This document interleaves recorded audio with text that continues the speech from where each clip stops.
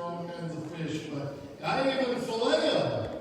I'll even cook them. We have a big fish fry in our church every year. Pastor and I, we do all the cooking with that fish fry, and I'll feed you all night. Just don't ask me to eat one. Pastor Jim, wherever he disappeared to. Right here. Thank you for those good hot dogs tonight. Those were good hot dogs. Real good stuff. Thank you for that. Well, are you with me in Luke chapter 8 yet? Let's start in verse 22. And let's read this story that you've all probably heard before. If you haven't, and all the kids here tonight, this is a really, I love engaging the kids of our church. This is an awesome story. How many of you are under 12 years old? How many under 12? Some of you with gray hair are lying. I just want you to know that. All right. I want you guys to hear this story because by itself, without Pastor Gary's story added in, this is a cool part of Scripture. I love sharing this passage, even when I don't share our own story of our capsizing on Lake Erie, because this is just a cool story. Here's what the Word of God says. One day Jesus said to his disciples, "Let's go over on the other side of the lake." So they all got in the boat and they set out to do exactly what Jesus had requested. As they sailed along, Jesus, fell asleep. And a bad storm came on the lake, so that the boat was being swamped. And they were in great danger. Y'all reading that? Say that with me. They were in great danger. The disciples went and woke Jesus up, saying to him, "Master, Master, we're going to drown." And in my Bible, there's an exclamation point there. When you think you're going to drown, there's not time for a period. It's exclamation mark. And in my writings, as these great pastors from my church know, when I'm excited about something, I use like 15 exclamation points. Now, my wife is a school teacher and does not approve of my grammar. I just want you all to know that. But when I have a point to make, if I'm angry or excited, there's going to be a lot of exclamation points. We're going to drown, 15 exclamation marks. So Jesus got up. Listen how easy this is, because this part of the Scripture, Cornelius was just so calm. Listen to this. He got up, rebuked the wind and the waves and the raging water, and the storm subsided, and all was calm. Then he looks back at the boys who are still in shock as they about drown, and he says, "Where's your faith?" Y'all ever catch that before? Jesus just speaks, then he gives the greatest challenge to those guys he's trying to teach. "Where is your faith?" he asked the disciples. And in fear and amazement, they asked one another, "Who is this? He commands even the winds and the water, and they obey him." Now, all of you kids, will you look up here for just a second? Isn't that kind of a cool story? Jesus, in the middle of like this tornado, he just says, "Hey, wind, chill out for a minute." And it's all calm and all peace. How many of you ever been on rough water before? How many Lake Erie fishermen do we have? I should have started with that. Just hold your hands up high so I can see who y'all are. Lake Erie? Okay. Y'all know it's a real shallow lake, so it can go from 0 to 11 footers in seconds, literally. And it's only gotten worse through the years. Well, Jesus looks at all those waves, how big they were. And he says, "Listen, I'm trying to sleep here. Will you just go away for a while?" And it all settles back to the lesson. You can imagine being a disciple, can't you? Our boat was just being swamped water, and they didn't have bilge pumps back then, just so you know. I used bilge pumps. Jesus just speaks. It's calm. Isn't that a cool story, you guys? Well, I've preached this story, I couldn't tell you how many times in 30 years of being a pastor. One thing I never thought is I would live this story. And this story that I'm about to share with you has taken me crazy places I never would have had the opportunity to share Jesus. Even to a high school, even to a junior high.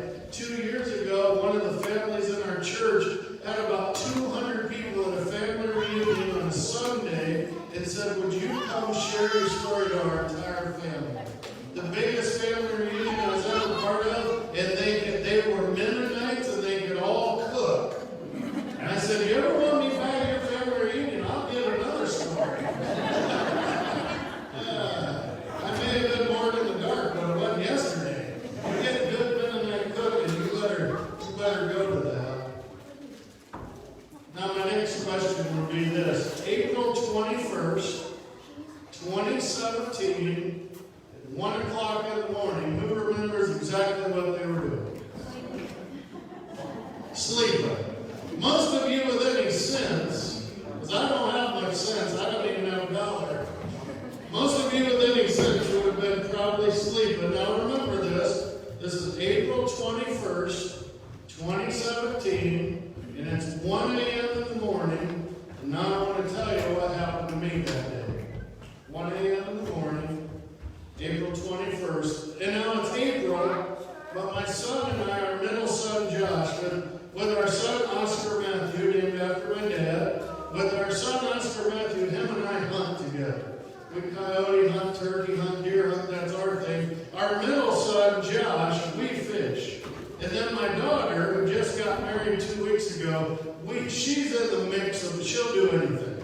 Hunt, fish, whatever. She's always been our tomboy extreme. And that boy she married, he's got a lot to learn about being married to my daughter. I'll tell you that. But we called it our Father's Day fishing trip, even though it was the end of April. Because on Lake Erie at the end of April, some of you already know this, and I don't want to bore you with fishing facts, but you can get into schools of fish that are spawning that are just monster walleye. 13, 14, 15 pounders. I have some mounted in my office at our church. Just monster walleye. Not normal walleye like you catch. And so that's why we always go in April. And my son Josh said, Dad, we'll make a Father's Day trip. I'll pay for everything. And we'll take our boat and we'll go. And it's became a tradition of ours. And I've been fishing Lake Erie since 1988. So I'm not new to Lake Erie. I know just about every part of the Western Basin. And so I respect it a lot. I want you to hear me say this. This was not my first time out and something went bad. Everybody heard that, say amen. I thought of myself as a pretty good captain out on Lake Erie and knowing what it is, but a new thing has begun to happen out there. And I always share this part of the story for you guys to go out on Erie, because I don't want you to have to go through what we did. There are now severe rogue waves that develop on Lake Erie that have never happened in Lake Erie's history. It's so popular, if you Google search Lake Erie rogue waves, there are people with drones who are making money flying out miles out into Lake Erie to get pictures of these giant, almost ocean-sized rogue waves. A rogue wave is a wave that should not be there. Let me give you that definition. I was talking a minute ago to the guys in the kitchen. When you fish Lake Erie, you want 3-foot waves. I mean, that sounds big, but it's in our boats, it's not. It's what you want. You want 3-foot waves to push you about a mile an hour in your drift fishing. But over the past few years, especially the last 8 or 9 or 10 years, these giant rogue waves. How many Deadliest Catch fans in here? Who watches Deadliest Catch? Really? The rest of you are scared to admit it? I love that show. You ever seen the 40-foot rogue waves hit like the Time Bandit or something? I love boating shows, so you know I'm into this. Well, that's what ends up happening, and we'll get to there in a minute. But I want to tell you about Lake Erie. Lake Erie that night, we had drove from Middlebury to our boat launch at Turtle Creek, which is just west of Port Clinton, Ohio. It's about 10 miles west of Port Clinton. And we had been in a storm the whole time we were driving, but thanks to technology, we can look at our radar and figure things out. And we knew we would have about 4 hours in between storm,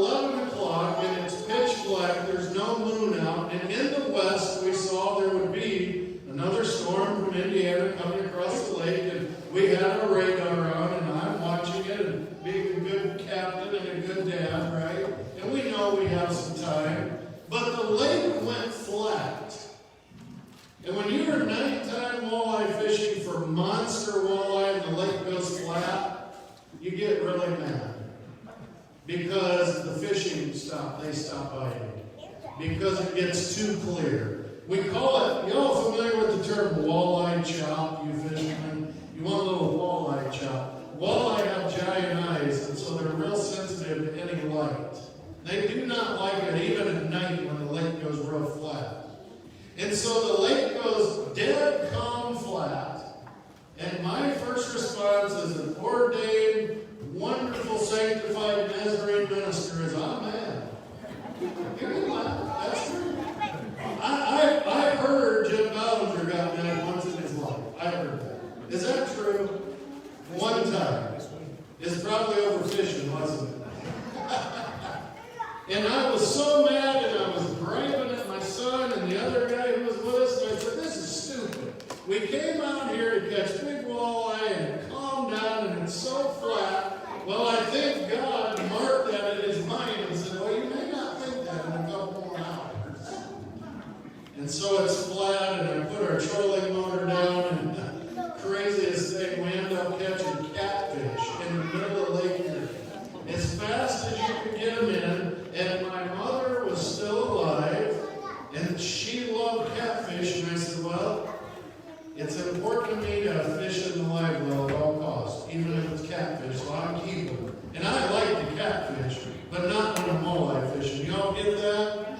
And so we started to just filling my live wells up with these giant Lake Erie catfish, beautiful fish. And then I decided to make a move, about a 3-mile move back to the west, back towards closer to our landing. And the storm got closer and closer, and we got finally our walleye chop we've been waiting on. And so please understand, I'm watching the radar, and I know the storms are still a ways away.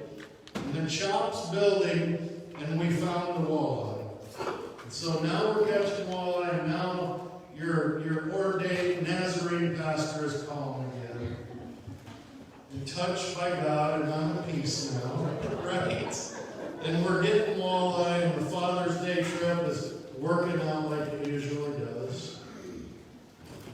But some weird things were happening, and if you guys are boaters and you've ever been on the Great Lakes and out many miles, a nice big swell is one thing, but when the waves tighten up and they're hitting the front of your boat like ding, ding, ding, that kind of puts a little concern in the mind of any good captain. And you say, I don't like the way these waves are, we call it stacking up. Does that make sense? They kind of stack on top of each other. And normally, and my wife will tell you this, I'm not good at making mature adult decisions. I'm not good at that. Yeah, she's amen. She's like, this is the best sermon he's ever preached. She's amen to me back there. Listen, I'm not always good at adult decisions, but that night, it was bothering me how tight the waves were getting. And as we were drifting and jigging, I could feel it. And I looked at my buddy, and I looked at my son, and I said, I think we're close enough to the storm. Let's just head in. And it wasn't a crazy, it was 5 or 6 miles to go in, not that far. I mean, it sounds way out for those of you who don't fish the Great Lakes, but trust me, that's not that far. And they agreed and said, yeah, the storm's getting closer, and they looked at their radar too, and we decided to head in. Well, there was one more spot, only 1.5 miles out, and we kind of stopped there, and we caught a few fish, and then I said, you ever heard a fisherman say, give me one more cast? It was kind of that deal, a little bit. And I said, all right, for real, let's start to head in. And we did. And all at once. And I'll be honest, the first wave that hit us, we laughed, my son and I. The first wave broke over the starboard side of our boat, clear up over my windshield, and drenched my buddy who was sitting next to me. One of the biggest waves I think has ever hit our boat. And we were just laughing because he was soaking wet. And he goes, thanks a lot, Sheets. Why don't you learn how to drive? And I said, it's pitch black. I didn't even see that wave. Well, our laughter got pretty serious quick. Then came number 2. There was no getting out of that second roadway. I estimated, my son who was at, how many of you were at the men's breakfast and you heard this story? Some of you, I recognize you were there. I think my son would agree with me too. I'm estimating that weighed at about 10 feet. And it broke over again the starboard side, and when it did, I knew we were in trouble. And we had a decent-sized boat, not as big as my wife and I have now. For obvious reasons, good choice, another good adult decision. I want to roll here. But my buddy Dave looked at me and he said, "Sheets, this is not good. The front end is really low." I said, "I think we're in trouble." And with all I could think to do, sitting in the captain's chair, I just floored the motor with every bit of horsepower I had, hoping to raise the front end to get the water back to the bilge pumps to get it pumped out. And then a couple more waves came in, and I remember saying clearly, "We're going down in the pitch black." One part of this you need to know is the water, we fished it all night. I'll never forget it on the locators. The water was 43 degrees. This wasn't summertime fishing. This is 43-degree water, about 1.5 miles out front of Turtle Creek Marina, 10 feet deep, pure black, storm coming. Dave and my son dove in. There's a point where the captain goes down with the ship. I think that's stupid. Now that I've lived through this, that's a dumb rule. I wish I would have jumped out and thought as good as those two did.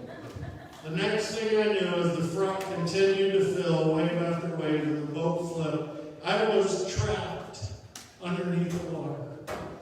My feet were under my dash, and then I'm upside down, and then I'm hit with 43-degree water. And I'm going to say a word here. It's not a swear word. I wouldn't do that. But it's not a word I use a lot, but it's a very important part of the story. So please stick with me. People said, "What did you think?" And I can tell you, just as sure as I'm standing here, I've been a police officer for how long, honey? 22 years now, still working for our police department. And I learned about myself when I first became a police officer, fight or flight syndrome. I usually fight. And I'm glad I do, because it helped me that night, trapped in 43-degree water under my own boat. And I said these words in my mind, exact quote: "I'm not going to frickin' die on Lake Erie tonight." That was my response to the tragedy that we just faced.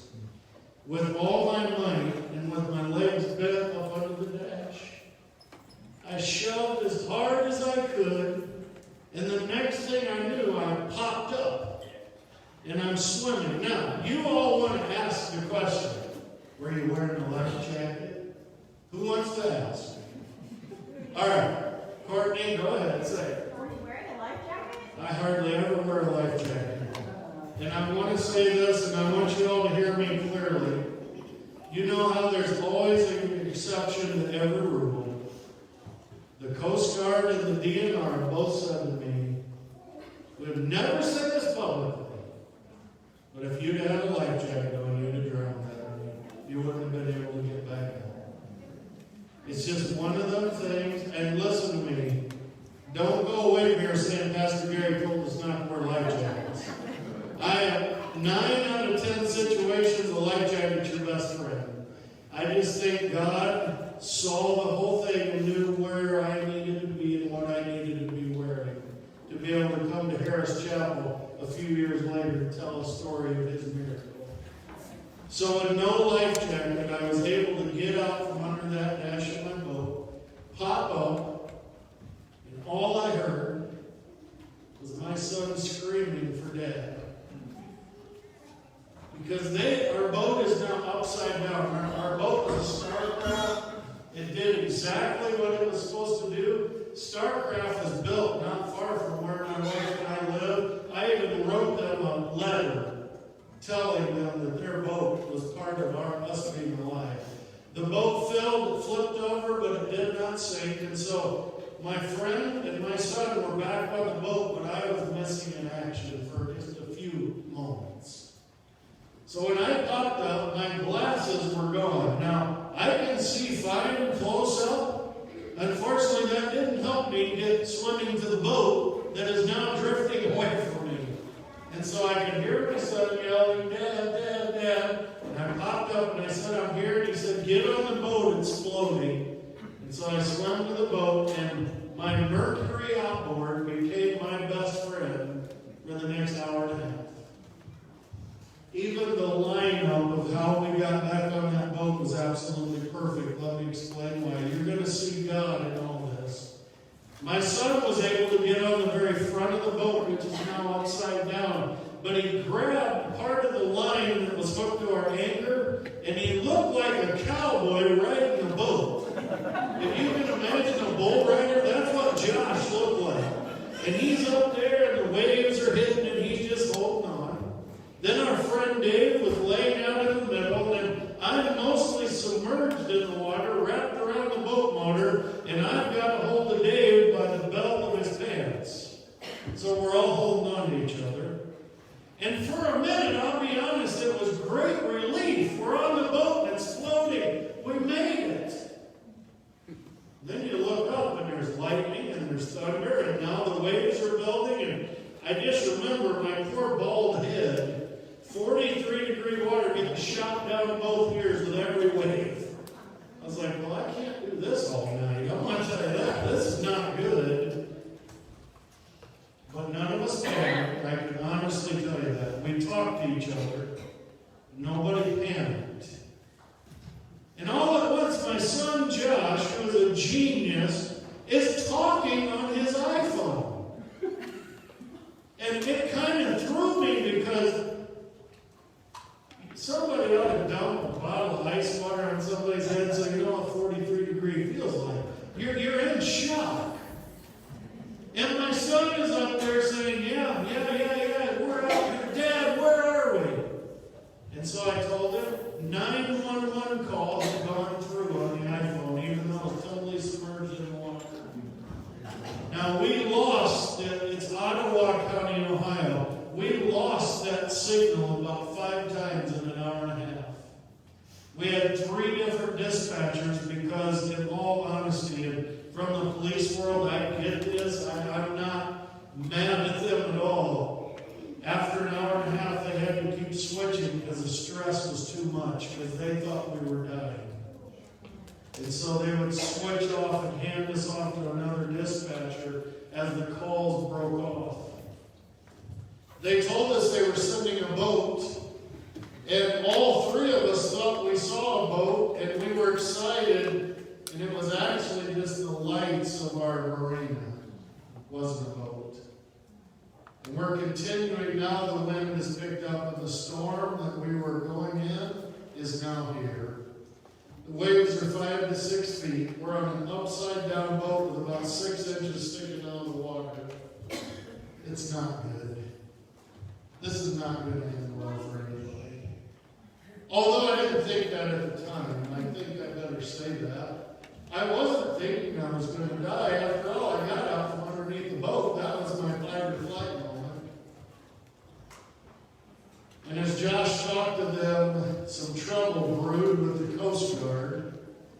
And please understand, I'm just retelling the story. I support our military probably like no pastor you've ever met.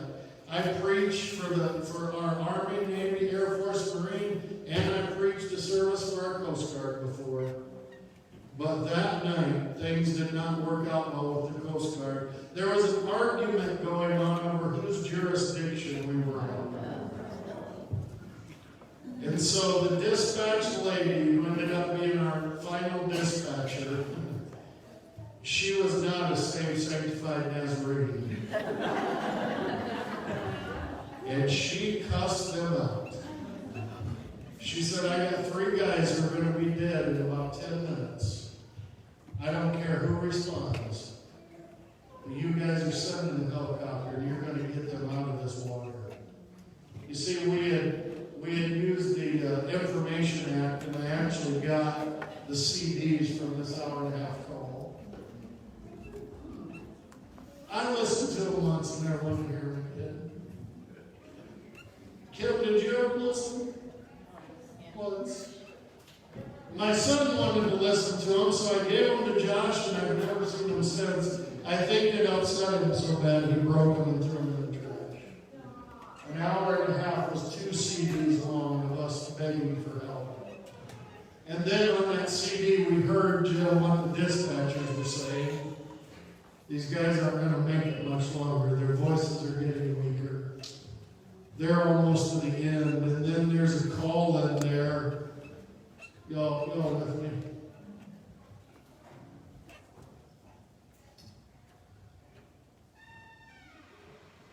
For the Coast Guard to send body recovery divers in.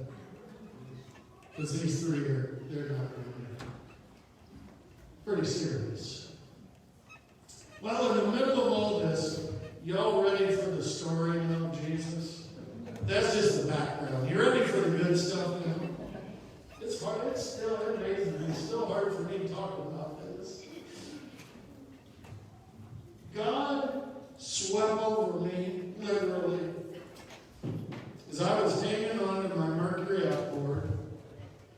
And I shared this at the men's retreat a month ago, or the men's breakfast. It wasn't an angry God. It was kind of like a dad would slap a teenager in the head.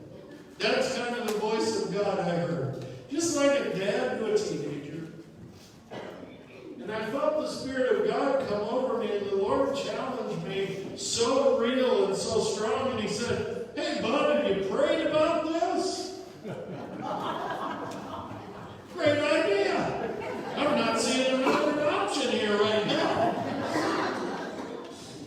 How many of you, in all seriousness, would admit tonight you try to fix things with this before you pray?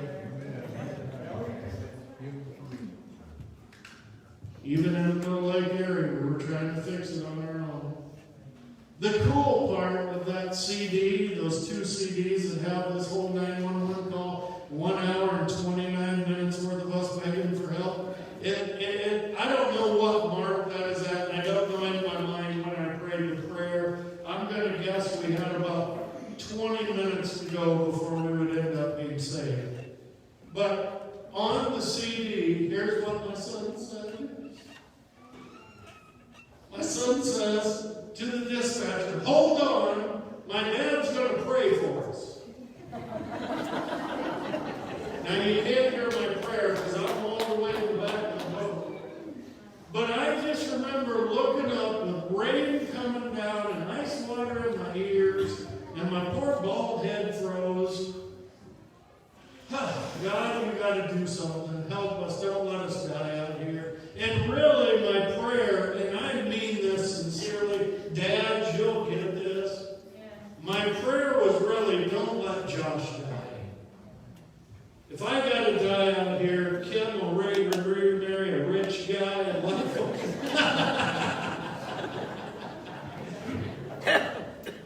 God, don't let my son die. Y'all, parents, would you pray like that? Well, you would, wouldn't you? If I got to go, that's one thing. Don't let my son die. And on my fish finder, our GPS system, I sent a picture to some folks because they wanted to see it.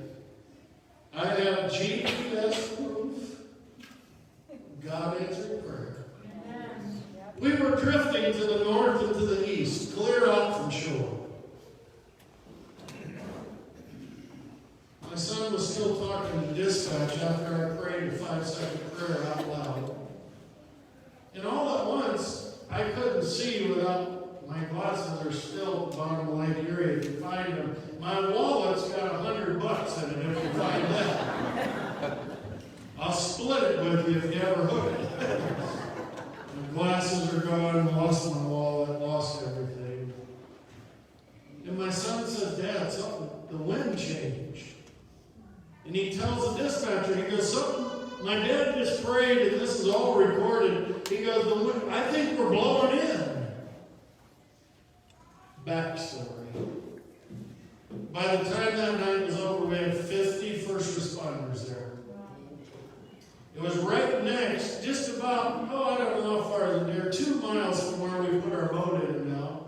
And another marina, there's a road that goes right up to Lake Erie. And before the wind changed, now, everybody say that, before the wind changed. Before I prayed, before God smacked me and said, hey, preacher, you ever think of praying yourself out of something? Kind of dumb, really. Pastor, not praying, not thinking about that. You're guilty too, so don't be too hard on me. Amen. Good preaching, brother. They had set up about 8 fire trucks with boom lights up on the ladders. Any firemen here tonight, EMTs? All right. You know what I'm talking about. They ran the ladders as high as they could and put lights to light up as much as Lake Erie. They had 3 ambulances there and more police officers than maybe I've ever seen in my life. Along now with the Coast Guard and the DNR, 5 officers from the Ohio DNR. Y'all want to guess which way the wind was blowing? Right to where the ambulances were. So I pray.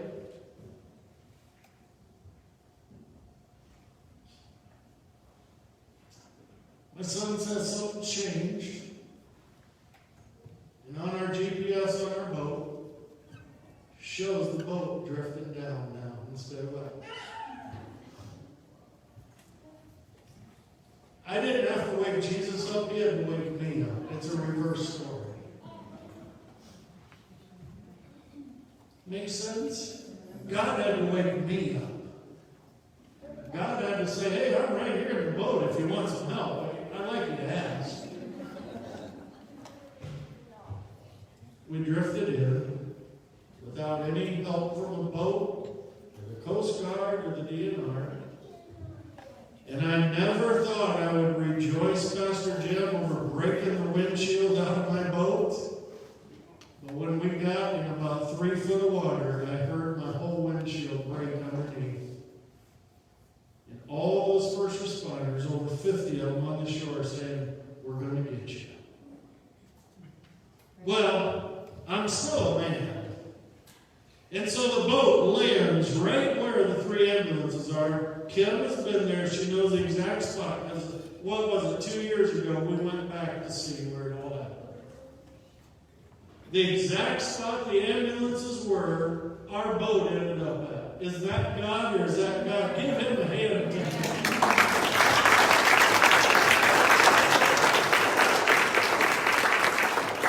But I'm still a man, and I still have some man pride. Thank you, sister. I still have some man pride. And so, my buddy Dave is in very bad shape. I'll just jump ahead in the story, just tell you about Dave. The doctor said 6 more minutes in the water and he was dead. His heart rate was too low. His body temperature was in the low 70s. Well, we're right there. It's all lit up. And they threw quite a party for us, I got to tell you. And Josh, my young son, he just jumps off the front, walks up to the ambulance with an EMT. And I thought, well, that little punk can do it. Come on, Dad, we're done. You don't want your kid to show you.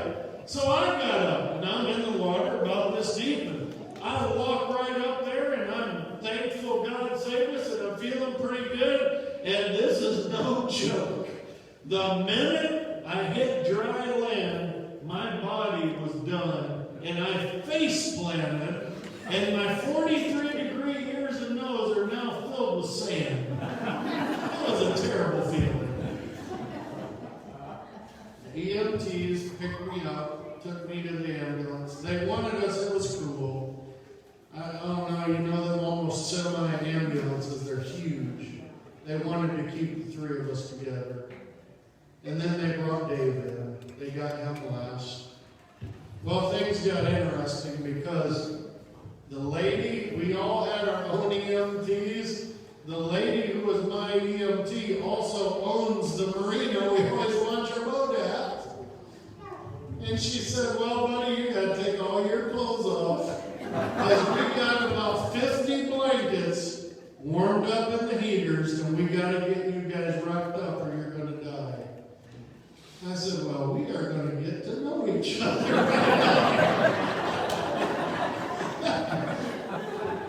So all three of us took all our clothes off, and the minute they wrapped me in 5 blankets, I started shaking all the way to Toledo to the trauma center. Could not stop. Dave was in very bad shape. My son Josh said, are they going to have food there? He was doing pretty good. He's tough. We got to meet Josh someday. And my teeth are chattering, and it's just, how do you say it, almost surreal what's happening, being in that ambulance. They were so concerned about us, the ambulance had a 2 police car escort. We were going that fast to Toledo Trauma Center, right downtown Toledo, back around the lake. When we got there, a big old boy met us at the door of the ambulance, and it was their chaplain. This dude could have played football and beat everybody. This dude was huge.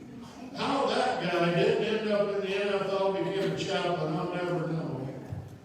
But they put us all with our own team, and each one of us had our own team of 2 doctors and several nurses. And that big old boy came in the room, and he goes, is there anybody I could call for you? And I said, oh man, yeah. My wife's name is Kim. He goes, well, there's a phone right here, because I didn't know if my cell phone would work. He said, what's your number? And my wife, when she sleeps, she don't wake up. This is another miracle. She got angry because she thought a telemarketer was calling at 4 in the morning. And this is absolute truth, isn't it, honey? And she was got Nazarene or, sweet pastor's wife. She's going to go off on this telemarketer. And this big old boy says, I'm chaplain so-and-so, Toledo Trauma Center. I'm here with your husband. All she thinks is, then where's my son? And what in the world has happened? Now, I'm a police chaplain also. I didn't quite agree with the chaplain's moves, because here was his next move, Pastor Jim. You ready? He said, here he is right now, and he walked out. He wasn't going to get in the middle of this ordeal. He don't even know Kim. He's smart. Kim's a Southern girl. She get fired up. She got some Kentucky blood in her. Kim is crying now. Where's Josh? I said, listen, Josh is the best of the 3 of us. Here's the story. Here's everything I know. And I didn't know you could do this, but they were heating up saline bags, dumping hot saline in us. Well, I'm hot-blooded. I honestly don't mind cold water. Pastor Randy, you've seen me swim in some very ice-cold water. And the nurse came in and she said, and the doctor with her said, how you doing? And I said, because I like to joke and cry for you. I looked at them and I said, you put 1 more bag of saline in me and I'm going to ask you to take me back to Lake Erie. I said, this is awful. They checked my temperature and said, amazingly, you're right back where you ought to be. The lowest I got was about 79 on my body temperature. That's why I was shaking so bad. That nurse, how many nurses and doctors? We got any nurses here tonight, doctors? Bless your hearts. I want to tell you something. Those nurses washed all of our clothes while we were there, so that we could leave with clean clothes and get all the sand and all those Lake Erie little shells out of them. And we lived. Did you all figure that out, Chip? We lived. We lived because of God's grace.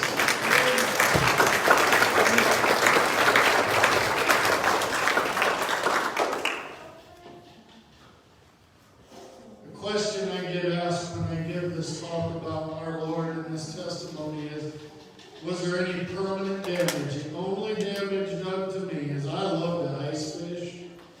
But this hand being in the water for an hour and a half, I've got some nerve damage. And when it gets cold, it just feels like somebody's beating on it with a sledgehammer. Other than that, there's no issues at all. So how do you get over something like that? Pastor, can I go just a couple more minutes? Do you mind? How do you get over that? What do you do? Well, for a month I had a rough time. And I finally went to a psychologist because I had nightmares that my son was dead. I'm just telling you, it bothered me.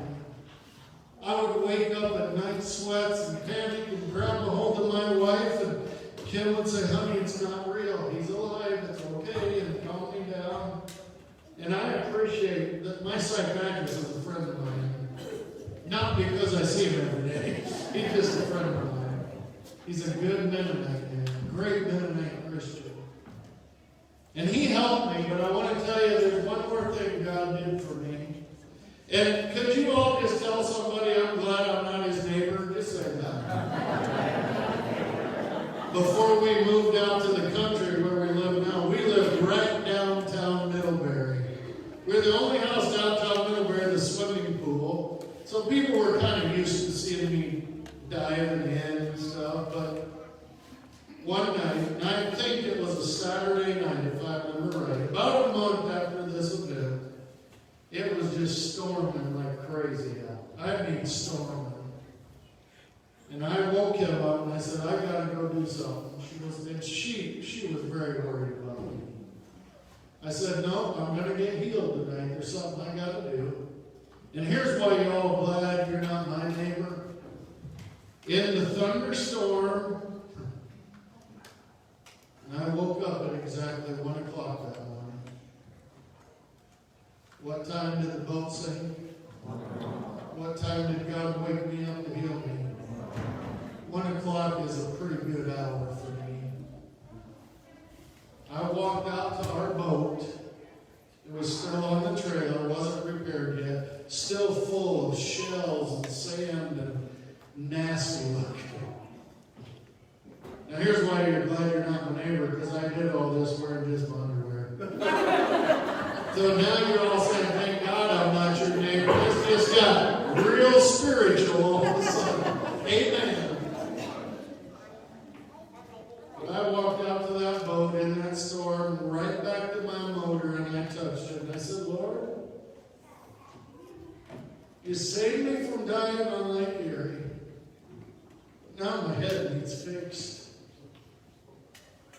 Having night terrors, I always think my son's dead. I'm blaming myself for everything. Well, can I come down here with y'all? Ready for testimony?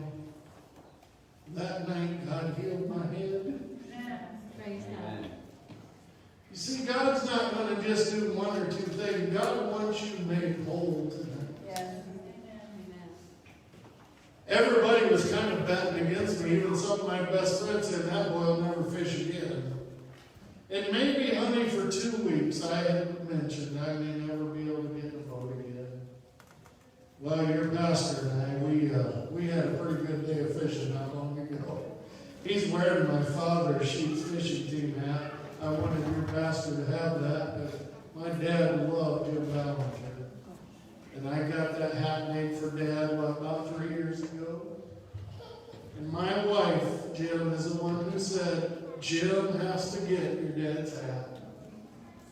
I'm sorry it's not lined with gold and more of an inheritance. I don't know where Dad put all that good stuff at. Yeah, check that. But I tell you this story, you all, tonight to tell you this. What happened 2,000 years ago to the disciples, God wants to do something amazing in your life tonight. Amen. Now, I don't want you to go to Lake Erie and have your own story. You just take my word for it. But I always ask, even at the family reunion, how was that? It's not Lake Erie, but what are the waves in your life you're dealing with? If God can save me and then heal my mind, I absolutely, full of confidence, tell you whatever you're facing, God can help you through. Amen. And I'm not telling you, Lord, please don't come up here and pray in your underwear. What I'm telling you is, though, you might need a moment with God before we leave this evening. You know, in the church, we're good in the Nazarene church, and I'm thankful for our tradition. We can make anything an altar in the church, can't we?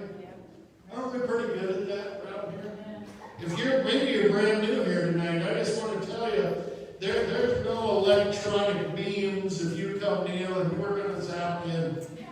We just believe that when you stand up in testimony to say, Lord, that Pastor Gary, well, that message was for me. Pastor Jim, Pastor Randy, it makes us pastors feel like $1 million knowing that we preach the exact will of God for your life. It happened this morning in our church. These guys will tell you, God changed my sermon in an instant, and 2 ladies who've been dealing with something tremendous in their life found victory at our altar this morning. Because God showed up. My challenge. Before we head back to Amish country, leave all you southern hillbillies down here. Is there just something you may ought to pray about? Might need to? Because maybe you wore your hands out and things aren't getting fixed. So I want you all to look up here. I want you to look at me. We went back to get our boat while Dave was still in bad shape, my son and I.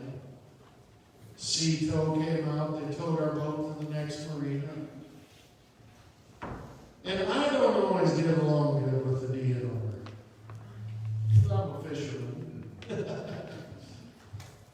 The DNR officer said, when we flip that boat over, how many walleye over your limit are we going to find? And I said, well, officer, I wouldn't do something like that. And the unexpected happened. He hugged me, and he said, Mr. Shields, today it wouldn't even matter. He said, I have a son the exact same age as yours, and I've been part of this call the whole night. And I thank God we didn't have to drag your bodies out of Lake Erie. What is it God wants to save you from tonight? I'm asking you to look at me because I'm a real person who was in a real bad spot. And instead of me waking Jesus up, Jesus had to wake me up to remind me to pray, Courtney. Could I just be another voice? And I know you have a great pastor wife. I know that. But could I add to the voice? Could I say to you great people at this church, are you ready to just let something go tonight? Say, Lord, it's time for you to heal this mess. Because I've been trying and my hands get frozen in water. Pastor Jim, it'd be all right if we just made this altar. You can kneel, you can stand. The important part is that you rise up and say, I need God. See, that's the testimony of the altar call. So right now, without any further begging, pleading, I'm pretty straightforward when it comes to preaching. If God had us come 2.5 hours to give you personally this message, I want you to come right now. Who would be first?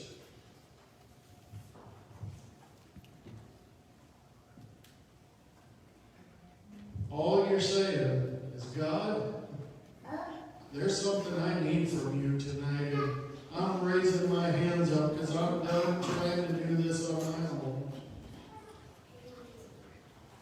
Bless you, ladies.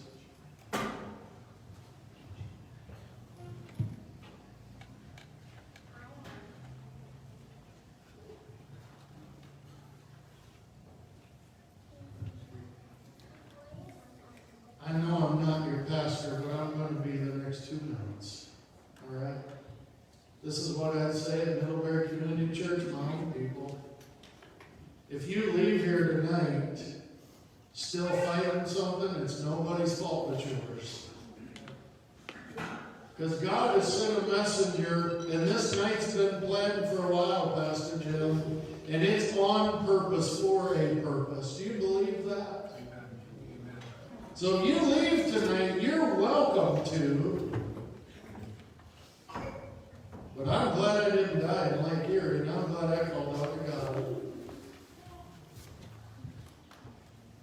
So is there anybody else who'd like to come back to life? Anybody? I don't beg, but I don't like to rush. Pastor Jim, there's a fine line right here when God's working.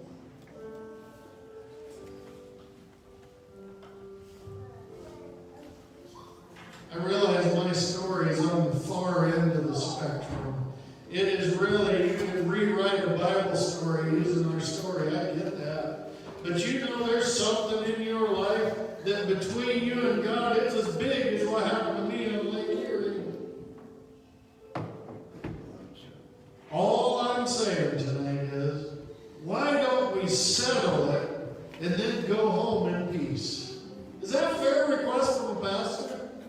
Why don't you just have your moment of crying out to God? Let's get it settled right here. And then let's all go home in peace. Say, man, it was good to have Pastor Gary, and I'm going to tell you already, it's good to have been to Harris Chapel. We're brothers and sisters in Christ.